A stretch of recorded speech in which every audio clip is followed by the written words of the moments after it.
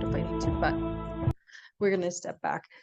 So come into that place of knowing that what is meant for you never passes you by, and everything that has been happening for you is meant for you as well, so that you're in a place of receiving all that you require, even if it all of that it is feedback. So one of the things that has come up is actually like I pulled some cards, and it's so on theme with where we're going to go today, because one of the big things that I want to recognize is that as we dip into more of what it is that we want to create, oftentimes what holds us back is fear.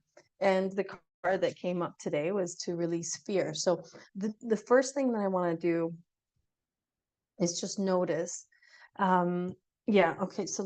And that makes sense, where the heart space is where our intention is. That's our creator. That's our heart drive, right? So it's one of those places where this is where we create from our heart. So we really want to open that space into to cleansing and expanding from the heart. So, and I did do an adjustment in the heart, probably within the first 5 minutes of that clearing, just connecting and clearing any of the distortion and the corruption from the heart space.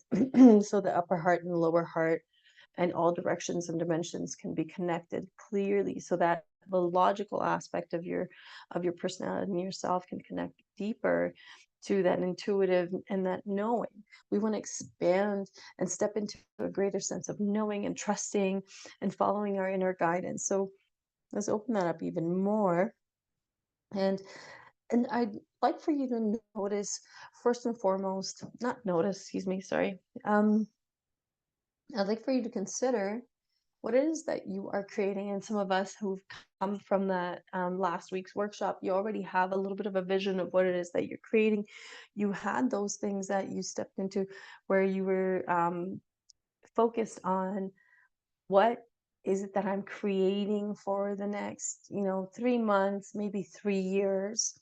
Um, is anybody willing to unmute themselves or to share in the chat what it is that you're creating in the next, let's say, 3 months? Let's focus on 3 months, so that way we can build up from there. Now, if you have a big vision as to, in 10 years, I want to be able to, um, you know, maybe retire with a ongoing income, like an abundance of an income that continues to flow outside of any retirement fund or whatever.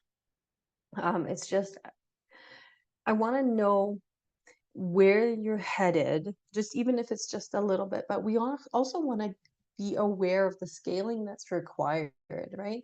If you say, I want to make $1 million next year, and you've made 10,000 this year, that jump, it's not that it's not possible, because let me tell you, it is.